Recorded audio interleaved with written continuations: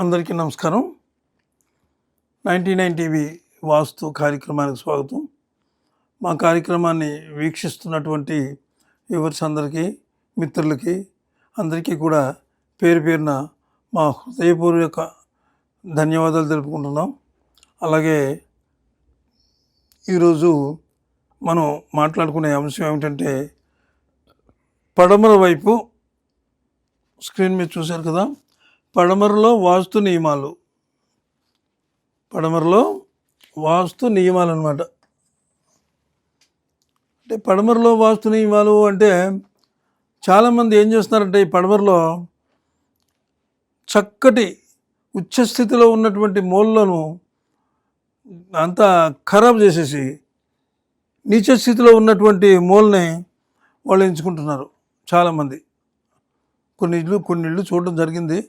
వాళ్ళు కూడా అక్కడక్కడ కొన్ని నాకు కనిపించినాయి. అయితే అది కరెక్ట్ కాదు. పడమర చాలామంది ఏమనుకుంటారంటే, అయితే పడమరలో శనేశ్వర స్వామి ఉంటాడు, ఆయన పడమర మనం వెళ్ళకూడదు, ఆయన వరుణుడు ఉంటాడు, వర్షానికి పాడి పంటలకు నిలయం అసలు పడమర అంటే ఆయన ఉంటారు. అదంతా మహా భయం కింద ఉంటుంది. మనకు తూర్పు అయితే మంచిది మనకి. అంటే పడమర సింహద్వారం వచ్చిన వాళ్ళు ఏమనుకుంటారు అనే విషయాన్ని మీకు చెప్తాను నేను. మాకు తూర్పు అయితే బాగుంటుంది, మాకైతే ఉత్తరం అయితే బాగుంటుంది. ఉత్తరంలో కుబేరుడు ఉంటాడు, తూర్పు అయితే సూర్యుడు అంతా దేవతలు అంతా ఉంటారు, మాకు ఎంతో బాగుంటుంది, ఇక్కడ పెట్టారు మాకు అని అనుకోవచ్చు. కానీ అది వర్గును బట్టి వస్తుంది అన్నమాట. కొన్ని వర్గులు ఉంటాయి. ఆ వర్గులలో ఏ పేరు అయితే ఉపకారం, మీ పేరుకి ఏ వర్గు సూట్ అయిందో ఆ వర్గు ప్రకారంగా మీకు ఆ గుమ్మం వస్తుంది, సింహద్వారం. అయితే సింహద్వారం మీకు వస్తున్నప్పుడు మీ పేరుకైతేనే అది అద్భుతంగా పనిచేస్తుంది. మీరు ఏదో డబ్బు వస్తుందని చెప్పి ఉత్తరానికి వెళ్ళిపోయి, లేకపోతే ఏదేదో రకరకాలుగా ఉత్తరం లేకపోతే ఈశాన్యం లేకపోతే అంటే రకరకాలుగా చాలామంది చాలా రకాలుగా తూర్పు లేకపోతే అంటే మళ్ళీ దక్షిణానికి వెళ్ళరు, ఎంతసేపు దీని మీద మొగ్గు చూపిస్తారు. ఈశాన్యం, ఉత్తర ఈశాన్యం, తూర్పు ఈశాన్యం, అక్కడే మాకు రావాలంటారు. అక్కడికి మీరు వెళ్తే నష్టపోతారు. మీకు వర్క్ కాదు అది. మీకు ఇక్కడ ఉంటేనే ధనధాన్యాలు కురుస్తాయన్నమాట. సరే, ఇప్పుడు ఏంటి వాస్తు అక్కడ నియమాలు ఏమిటి అనేది మనం చూద్దాం. ఇది నేను చిన్నగా వేస్తున్నాను మీకు తెలియడం కోసం. తూర్పు, పడమర ఇక్కడ వేద్దాం, కొంచెం దూరంగా వేద్దాం. పడమర, ఉత్తరం, దక్షిణం, ఆగ్నేయం, నైరుతి, వాయవ్యం, ఈశాన్యం. ఇక్కడ ఏమైంది, వాళ్ళకి పడమరలో గుమ్మం వచ్చింది. వచ్చిన వాళ్ళు సిద్ధాంతులు కానీ లేకపోతే వాస్తు శాస్త్రం తెలిసిన వాళ్ళు కానీ ఏం చెప్పారయ్యా వాళ్ళకంటే, పడమరలో గుమ్మం పెట్టుకోండి అమ్మా, ఇది ఇక్కడ పెట్టుకోండి చక్కగాను, ఈ ఏరియాలో పెట్టుకోండి గుమ్మం అని చెప్పారు వాళ్ళకి. ఈ ఏరియాలో పెట్టుకోమని చెప్పారు గుమ్మం. పెట్టారు ఈ ఏరియాలో, ఇక్కడ ఈ ఏరియాలో చెప్పారు. ఇక్కడ మనం కాంపౌండ్ వాళ్ళు కూడా వేద్దాం, ఇక్కడ పెట్టారు, అది ఓకే. కానీ దానికి వాళ్ళు ఏం చేశారు, ఇక్కడ ఒక గుమ్మం పెట్టారండి. దక్షిణ నైరుతి ఇది ఇలా లెక్కేస్తే దక్షిణ నైరుతి అనమాట. ఇది ఇక్కడ గుమ్మం పెట్టారు. ఇక్కడ గుమ్మం పెడితే ఏమవుతుందో తెలుసా, యజమాని బాగుండ రాయిలాగా మనిషి అయినా సరే ఏదో ఉపద్రవం వచ్చేసి ఏదో జబ్బు చేసి మంచాన్ని పడిపోతాడు. యజమానే కాదు, స్త్రీ కూడా, ఇంటికి పెద్ద కొడుకు కూడా. చాలా ప్రమాదకరమైనటువంటి ప్లేస్ ఇది. ఇక్కడ ఎప్పుడు గుమ్మం ఉండకూడదు. అంటే నేను చూశాను, అక్కడికి వెళ్ళి చూసిందే మీకు చెప్తున్నాను. ఎప్పుడైతే ఇలా పెట్టారో, సరే ఇక్కడ ఇలాగ ఉంది, ఇది కరెక్టే, బాగానే ఉంది. ఇక్కడ పెట్టుకున్న వాళ్ళు గుమ్మం పెట్టుకుని ఇక్కడే కిటికీ కూడా ఇక్కడే పెట్టారు. అంటే నేను వాళ్ళ ఇంటి స్వరూపం గురించి పూర్తిగా పెద్దది వేసి చూపించకుండా చిన్నదిగా వేస్తున్నాను. ఇక్కడ ఒక కిటికీ పెట్టారు, ఇది కూడా తప్పే. ఇది గుమ్మం, ఇది కిటికీ. ఇంకేం చేస్తున్నారు వీళ్ళు? ఇక్కడ ఇక్కడ నడక ఉంది కదా, ఇక్కడ బాగానే ఉంది, ఇక్కడ దీన్ని ఎదుర్కొంటే బాగానే ఉంది, ఇది ఓకే, ఇది ఓకే. ఈ నడక ఎలాగొచ్చింది వీళ్ళకి? ఇలా వచ్చింది నడక. అంటే పడమరకు వస్తున్నారు, నైరుతికి వస్తున్నారు, నైరుతి నుంచి మళ్ళీ దక్షిణానికి వెళ్తున్నారు, ఇలా దక్షిణానికి వెళ్ళి అప్పుడు ఆగ్నేయానికి వెళ్తున్నారు. అంటే ఇదంతా తప్పు. నడక ఇదంతా తప్పే, ఈ నడకంతా తప్పే, ఇదంతా తప్పే. ఈ రకంగా ఉంది.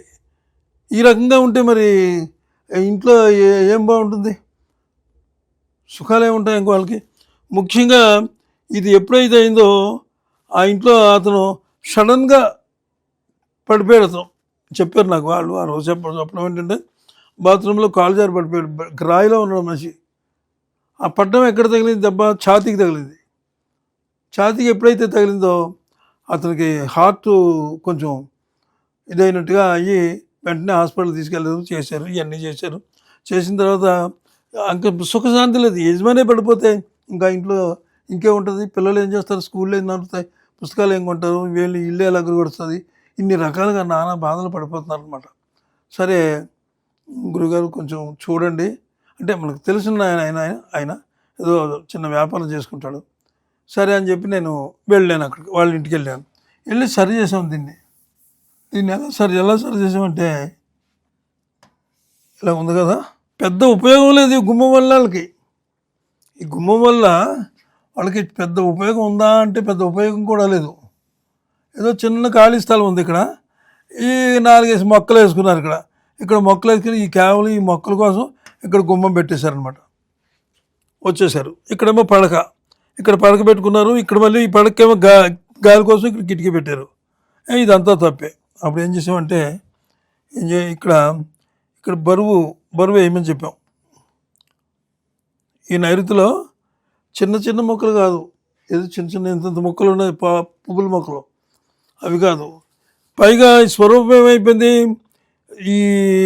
ఇక్కడ ఫౌండేషన్ ఉంది కదా, ఇంటి ఫౌండేషను, దానికంటే డౌన్లో ఉంది ఇది. ఇదంతా మట్టి వేయించాం, ఇంతవరకు మట్టి వేయించాం. ఈ ఏరియా అంతా మట్టి పడిపోయింది గట్టిగా. పట్టిన తర్వాత కొంచెం పెద్ద మొక్కలు, కొంచెం మనిషి కంటే కొంచెం ఎత్తు పెరిగే మొక్కలు వేయించడం జరిగింది. ఇది తీయించేసాం. ఇది తీయించేసి గుమ్మం కావాలి కదా వీళ్ళకి, గుమ్మం ఎలాగో ఇక్కడ పెట్టించాం. ఇలాగ ఉంది గుమ్మం. ఇదేమో బెడ్ ఇక్కడ వేసుకున్నారు. ఇక్కడ కిటికీ ఇక్కడ పెట్టించాం అనమాట. పశ్చిమ వాయువులో అంటే మంచి ఉచ్చస్థానం. ఇది వేసుకున్నాం కదా, ఇంకో కిటికీ కావాలని అడిగితే ఇక్కడ కిటికీ పెట్టించాం. అదే ఏంటిది? దక్షిణం ఇంటికి, దక్షిణ ఆగ్నేయం అనమాట ఇంటికి. ఇది కూడా మంచిదే. ఇక్కడ ఈ గుమ్మాలు ఇలాగే ఉంచేసాం, ఈ గుమ్మాలు కూడా ఇలాగే ఉంచాం. నేను ఇదంతా వేయట్లేదు మీకు, కేవలం పడవర గురించే చెప్తున్నాను అనమాట. ఈ కేవలం నైరుతి, వాయువ్యం, పడమర, అంతే, అంతవరకే చెప్తున్నాను మీకు. ఇక్కడ ఇతను ఏం చేస్తున్నారు? ఇతనికి ఇటు ఉంది ఆఫీసు, ఇలా ఉంది ఆఫీసు, ఇక్కడ ఎక్కడికో వెళ్ళాలి.